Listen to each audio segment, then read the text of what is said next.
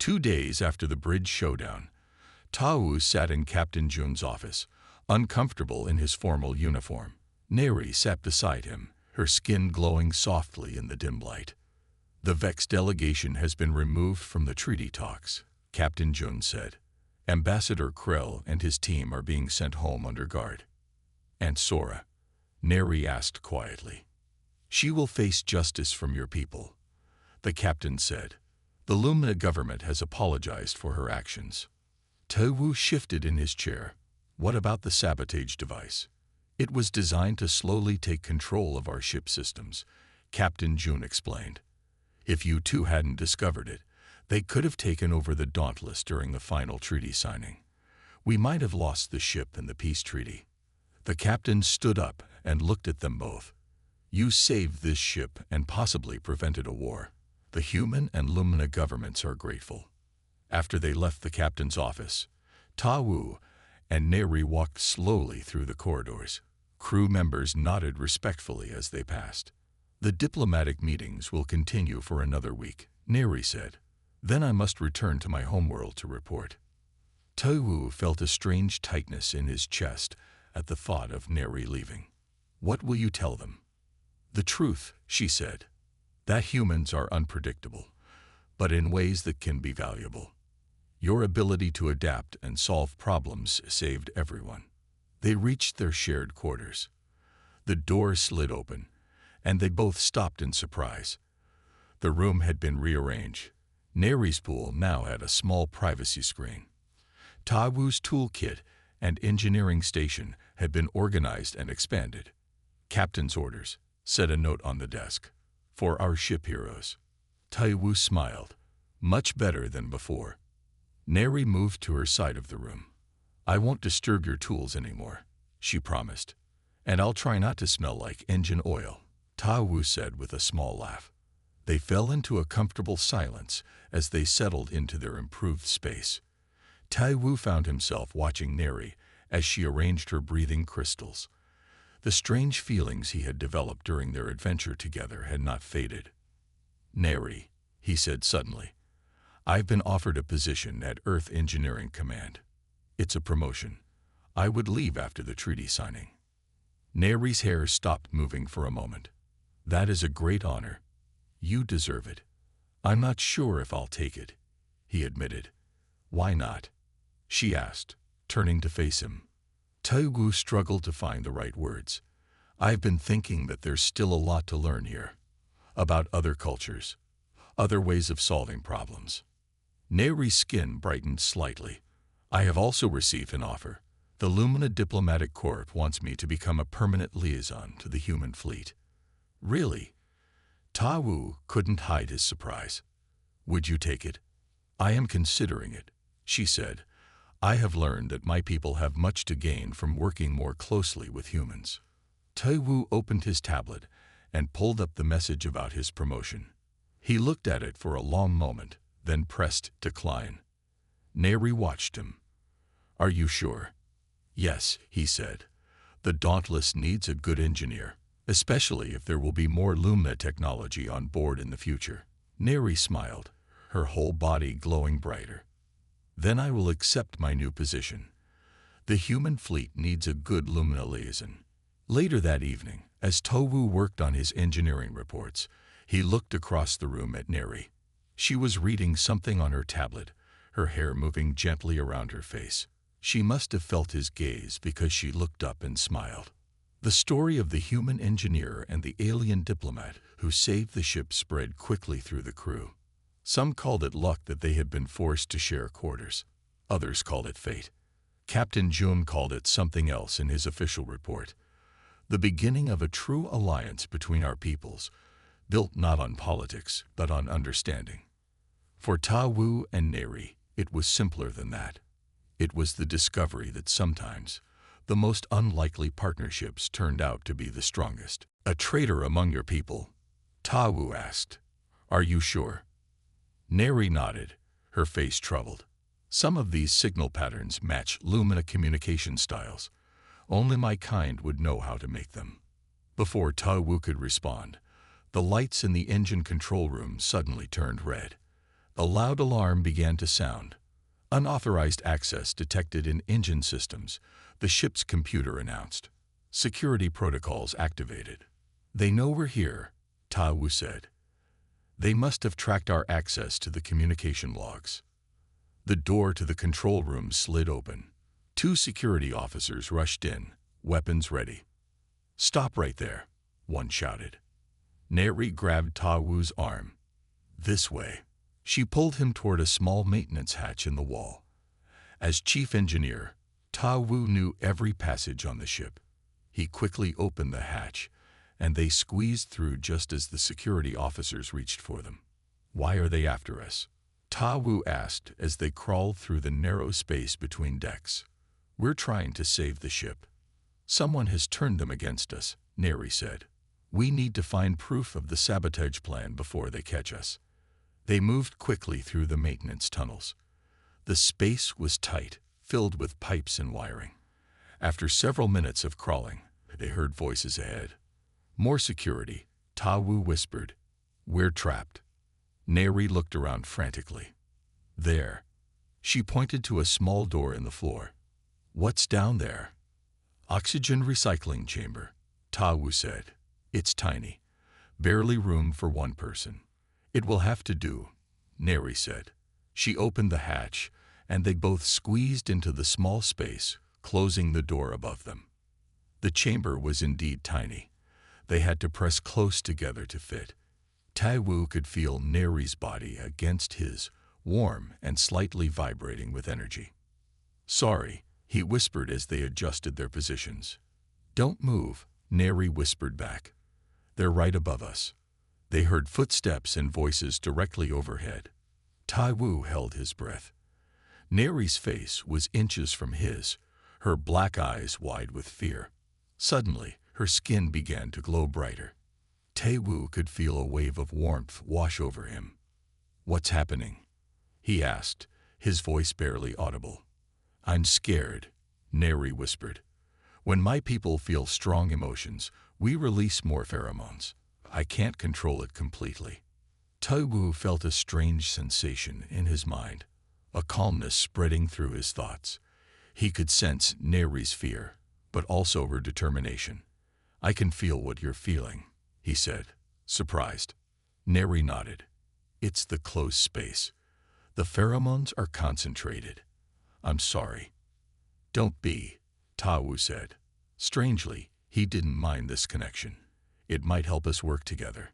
The voices above them faded as the security team moved on. They waited a few more minutes before speaking again. Why did you become an engineer? Neri asked suddenly. Ta Wu was surprised by the question. My father worked in the space docks back on Earth. I grew up watching ships being built. I always wanted to understand how they worked. He paused. What about you? Why diplomacy? I wasn't born into the diplomatic caste, Neri said. My family were simple light farmers, but I had unusually strong empathic abilities. The government selected me for training. You didn't choose it. No, but I learned to value it. Understanding others is important work. Ta Wu found himself telling her things he had never told anyone. About growing up poor in the Korean colony, about his struggles at the academy, about his dreams of designing his own ship someday. Neri listened and shared her own story. How lonely it was to be taken from her family, how hard she worked to prove herself among higher caste lumina. We're very different, Ta Wu said. Yet here we are, Neri replied. Hiding together, trying to save everyone. A sudden noise above made them both freeze. Heavy footsteps, different from the human security team.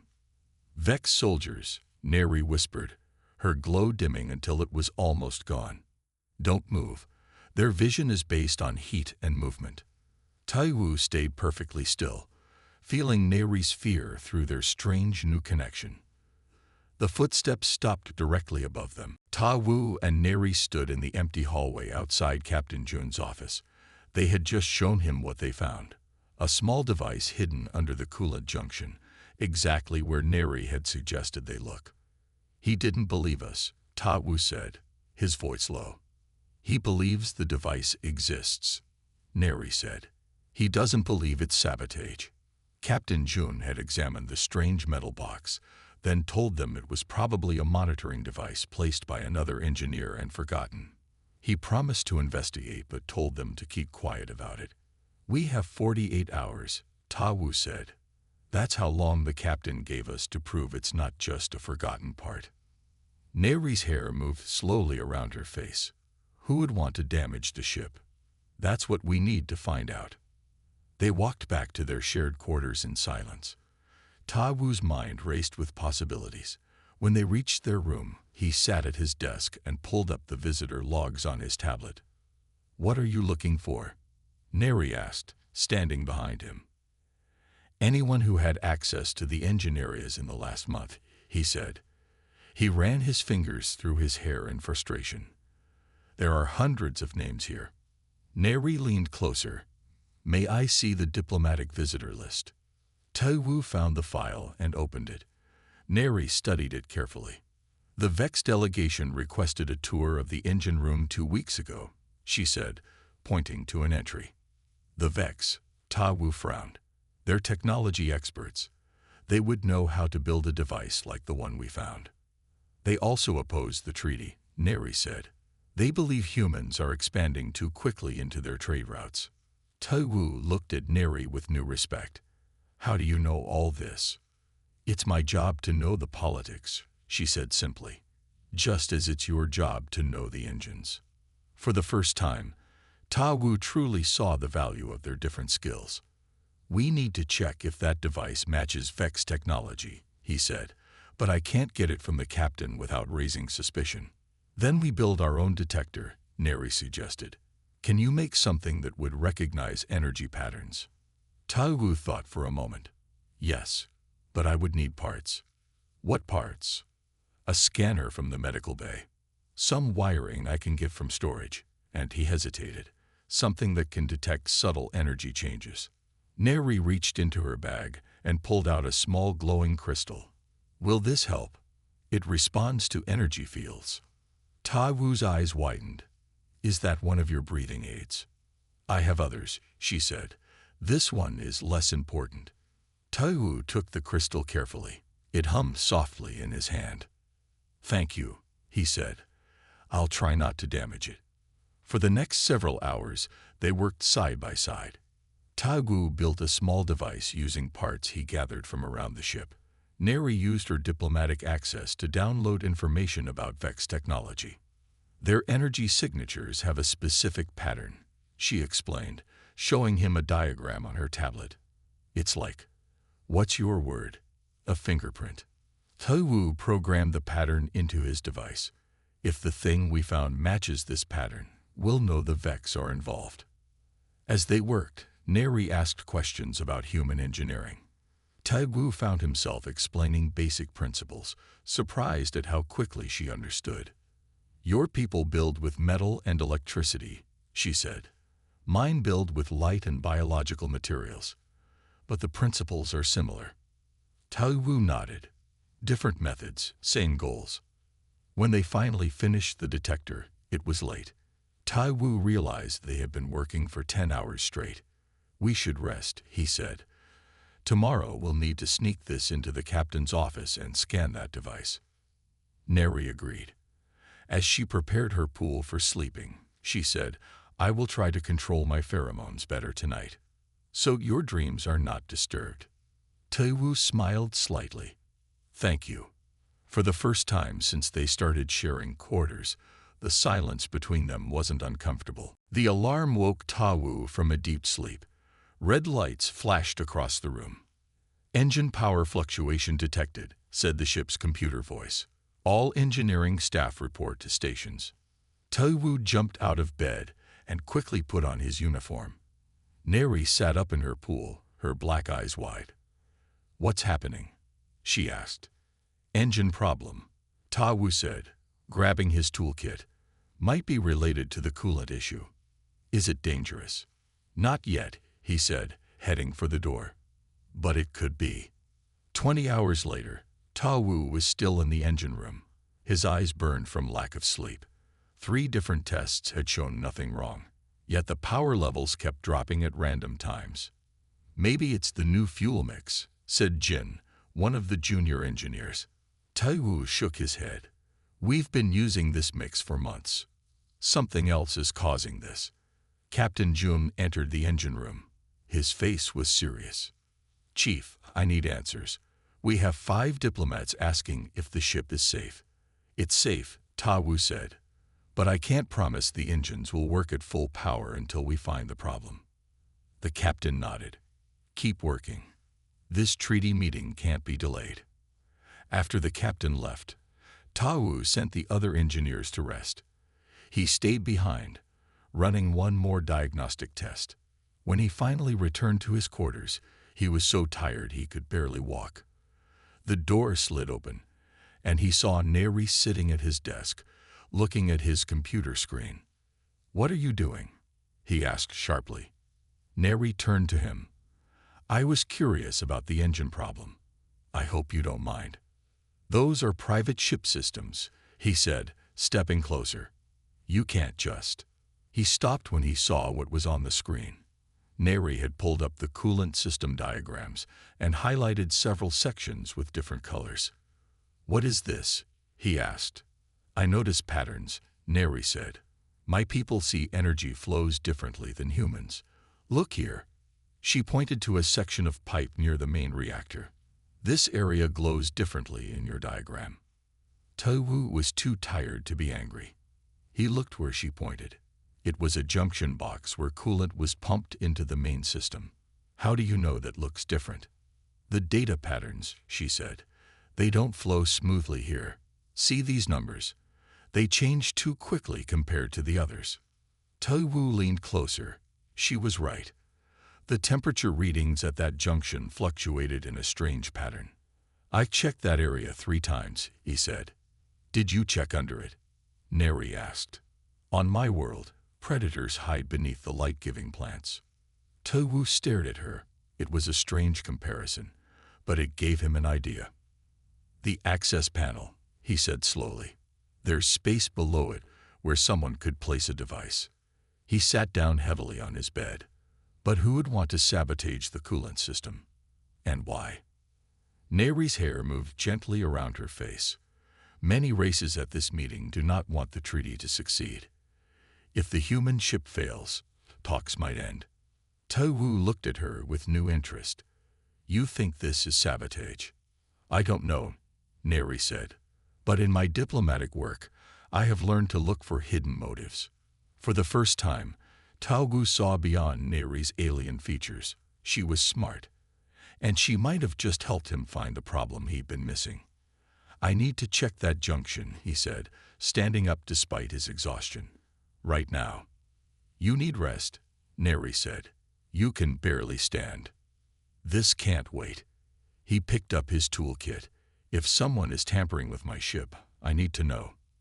Neri stood up. "Then I will come with you. My eyes might see things yours cannot." Taiwu hesitated, then nodded. Working with an alien diplomat wasn't in his plans, but neither was having his engines fail. "Let's go," he said. Taiwu Kim was having the worst day of his life. The tall, broad-shouldered engineer stood in the doorway of his room, staring at the strange alien now unpacking her things on the other side of his quarters. "This must be a mistake," he said, his voice tight. Captain Jun shook his head. "No mistake, Chief Engineer. We need all guest quarters for the diplomatic team. You have the largest private room on the ship." "But sir..." "It's only for 2 weeks, Kim." The captain lowered his voice. "This alliance is too important. Make it work." Taiwu watched the captain walk away. Then he turned back to look at his new roommate. Ambassador Neri didn't look that different from a human woman at first glance. She had 2 arms, 2 legs, and a head with 2 eyes. But that was where the similarities ended. Her skin had a faint blue glow. Her eyes were large, completely black, and had no whites. Her long hair moved slightly, even when she stood still, as if it were floating in water. She looked up at him and smiled. Taiwu felt a strange warmth spread through his chest. "You are uncomfortable," she said. Her voice sounded like soft music. I understand. I am not happy about this either. Taiwu stepped into the room and closed the door. I need to sleep. I work early shifts. I need little sleep, Neri said. She pointed to a small pool that had been installed in the corner. I rest there. It will not disturb you. Taiwu nodded stiffly. He looked around his room. His neat tool set was still on his desk. His clothes were still in his closet. But now there were strange blue and purple objects on the shelves. Some of them glowed. Others made soft humming sounds. What are those? He asked, pointing at a round object that pulsed with light.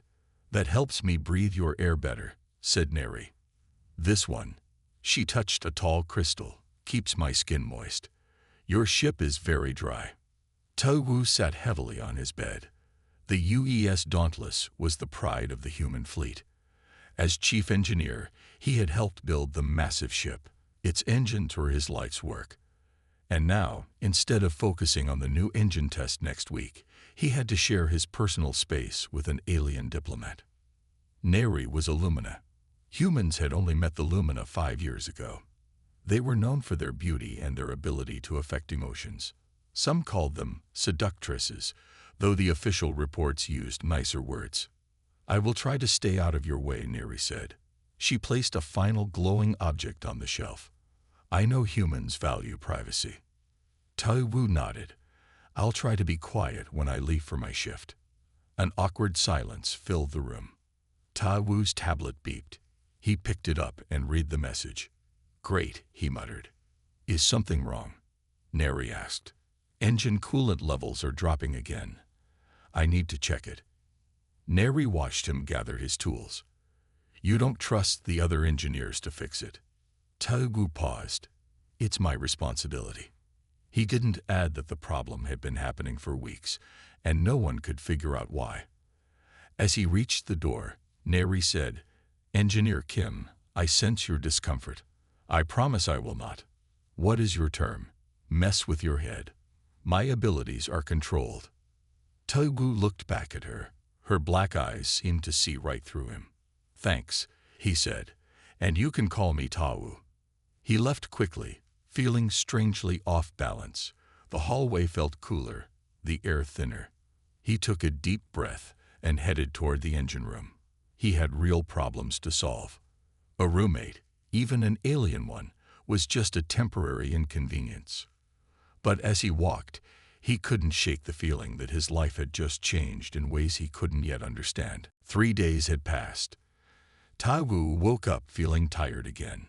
His dreams had been strange and vivid. In them, he was swimming in a glowing blue ocean, feeling happier than he had ever felt. He looked across the room. Neri was in her pool, her eyes closed. The water around her glowed softly. Even in sleep, her skin gave off a faint blue light. Taiwu got out of bed quietly. He had to be at work in an hour. As he moved to the bathroom, he noticed something wrong with his toolkit. All his tools were arranged by color instead of size. What happened to my tools? He asked, forgetting to keep his voice down. Neri's eyes opened. She rose from her pool, water streaming off her body. Her skin absorbed the moisture almost instantly. I organized them, she said. They were chaotic. They were organized by function, Taiwu said. He picked up a blue wrench now placed next to a blue wire cutter. These do completely different things. But they look harmonious together, Neri said. She seemed genuinely confused by his anger. Taiwu took a deep breath. Please don't touch my tools again. Neri's hair moved faster, showing her irritation. Just as you should not touch my breathing crystals. You moved them yesterday. They were humming. I couldn't sleep. I cannot control their sound. I need them to breathe your air.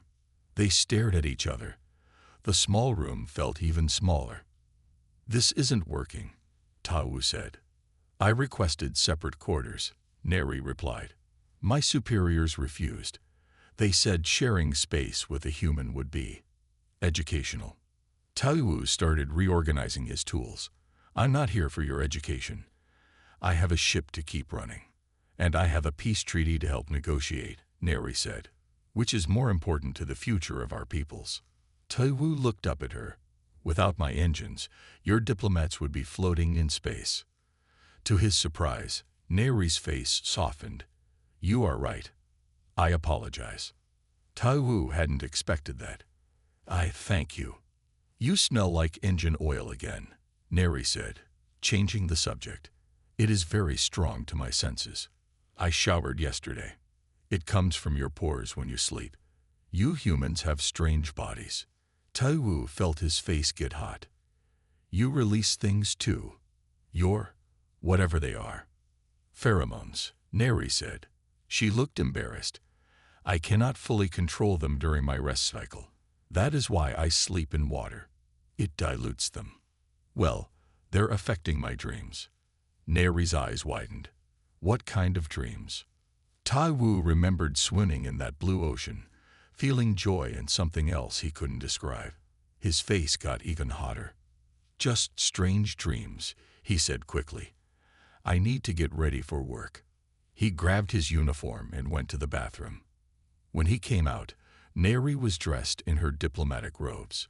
They shimmered like they were made of light. I will be in meetings all day, she said. Perhaps we can both enjoy the quiet of an empty room. Taiwu nodded. As he picked up his tablet to check the day's work orders, he noticed Neri looking at his engineering diagrams. You are fixing the coolant system, she asked. Trying to, he said. It keeps losing pressure. The patterns are interesting, Neri said. They remind me of the light rivers on my homeworld. Taiwu didn't know what to say to that. I'll be late tonight. Engine tests. Neri nodded. I will try to be quiet when you return. They left the room together, but turned in opposite directions in the hallway. Taiwu felt relief as he walked away, but part of him wondered about those light rivers Neri had mentioned. What would a world of glowing water look like? He pushed the thought away. He had real work to do. The turbolift doors opened, and Taiwu and Neri stepped onto the bridge level. They moved carefully down the corridor, listening for any sounds of security teams. Something's wrong, Taiwu whispered. Where are the guards? The bridge should always have guards. Neri closed her eyes for a moment. I sense many minds at ed. Fear, anger, determination. Her eyes opened, wide with concern. The captain is in danger. They hurried toward the bridge doors, but stopped short when they saw they were already open. Taiwu peered around the corner, and what he saw made his blood run cold. Captain Jun was sitting in his command chair, but his hands were tied. Several Vex soldiers stood around the bridge, weapons pointed at the human crew. Ambassador Krell stood nearby, talking with another Lumina, a tall female with silver hair. That's Sora, Neri whispered. My assistant.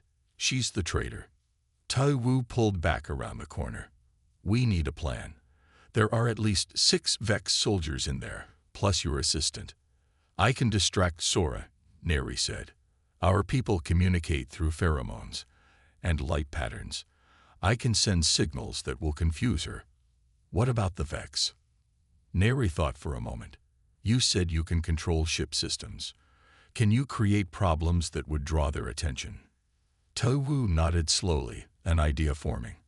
I can trigger small malfunctions throughout the ship. Nothing dangerous, but enough to make them worry. Do it, Neri said. I'll confront Sora.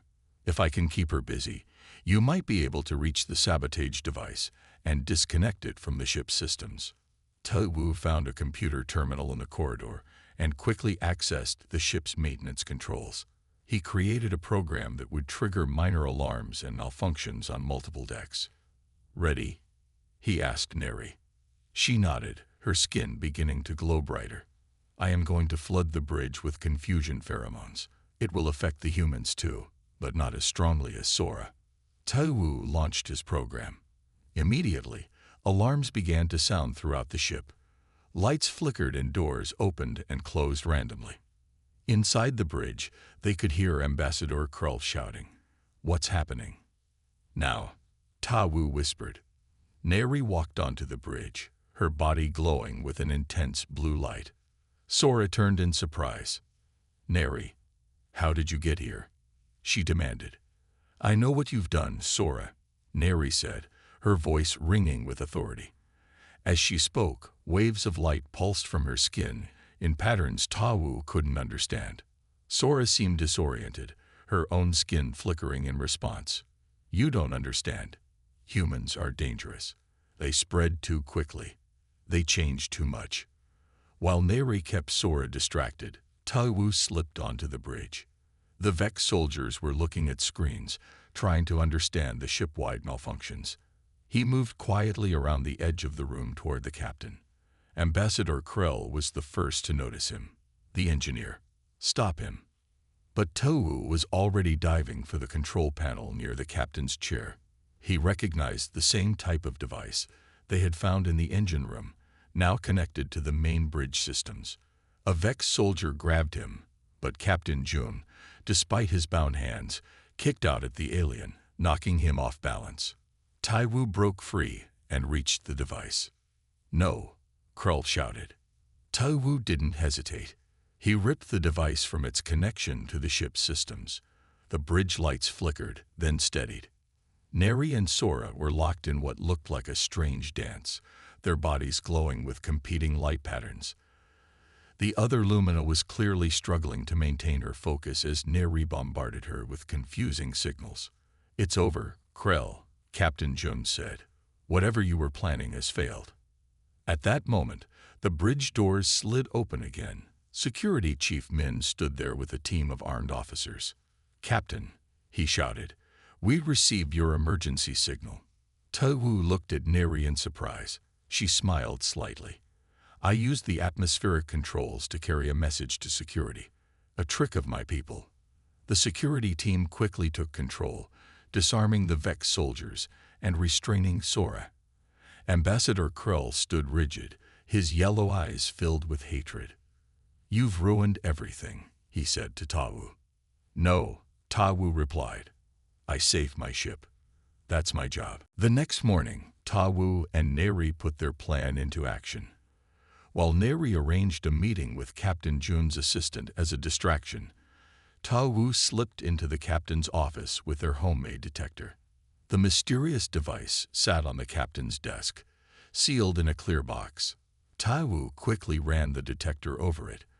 The crystal Neri had given him glowed bright purple. "It's Vex technology," he whispered to himself. "We were right." He took pictures with his tablet, then hurried out before anyone saw him. In the hallway, he nearly bumped into a tall, thin alien with gray skin. It was Ambassador Krell, the head of the Vex delegation.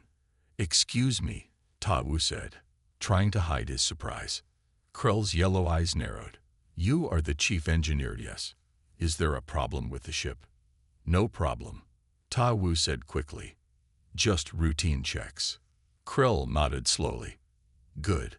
We wouldn't want anything to disrupt our important meetings."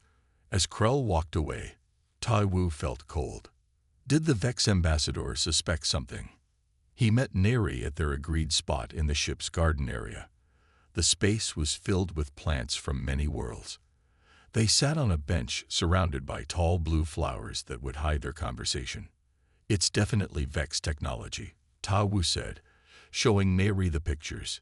"The energy pattern matches exactly." Neri studied the images. "This is more serious than we thought. Look at this symbol." She pointed to a small mark on the device. "It's not just Vex technology. It's military grade. This is a sabotage device used by their special forces." "How do you know that?" Tawu asked, surprised. "I've seen classified reports," Neri said. "Before becoming an ambassador, I worked in security for my people." Tawu wanted to ask more questions, but Neri suddenly put her finger to her lips. Her eyes focused on something Tawu couldn't see. "Someone is watching us," she whispered. "I can sense their emotions. Fear, anger." Tawu looked around but saw no one. "What should we do?" "Act normal. Laugh, as if I said something funny." Tawu forced a laugh. It sounded fake to him. but he hoped it would fool whoever was watching. "We need to check what that device is connected to," he said, still smiling. It was attached to the coolant system, but it must be sending data somewhere. "Or receiving commands," Neri added, her face also wearing a false smile. "We should trace the communication signals." They stood up, walking casually toward the exit. Neri touched Ta Wu's arm lightly. "The Watcher is following us," she whispered. "We can't go back to our quarters yet." "The observation deck," Ta Wu suggested. "It's usually crowded. We can lose them there." They made their way to the large room at the top of the ship where people gathered to look at the stars. As Ta Wu had hoped, it was full of crew members and diplomats. "Let's split up," Neri said. "Meet at the engine control room in 20 minutes." Ta Wu nodded, and they went in different directions. As he wound through the crowd, he wondered how deep this conspiracy went. If the Vex were trying to sabotage the ship, what was their real goal? 20 minutes later, he reached the engine control room. Neri was already there, looking worried. "I lost them," she said, "but I managed to access the communication logs. Look at this." She showed him her tablet. There was a list of strange signals being sent from somewhere on the ship to the Vex diplomatic vessel. These started the day after the Vex came aboard. Ta Wu said, scanning the data. "Yes, but there's more," Neri said. "Some of these signals are being relayed from inside our ship. Someone else is helping them." Ta Wu looked up at her. "Who?" Neri's face was grim.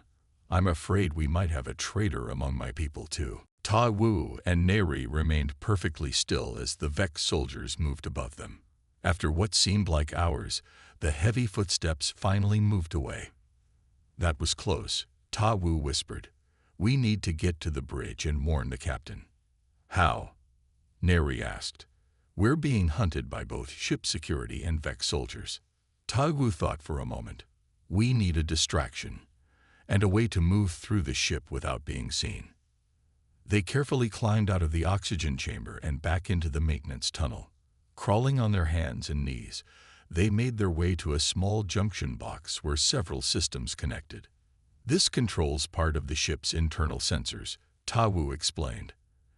"If I can hack it, I might be able to create a blind spot." "A blind spot?" "An area where the sensors don't work. They won't be able to track us there." Ta Wu opened the junction box and began working with the wires inside. Neri watched with fascination as his fingers moved quickly, connecting and disconnecting various circuits. "How do you know which wire does what?" she asked.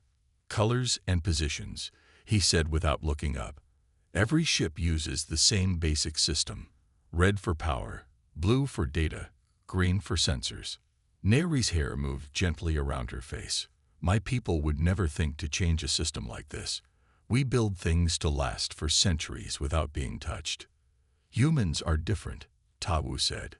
"We like to fix things, improve things, change things, even when they're not broken."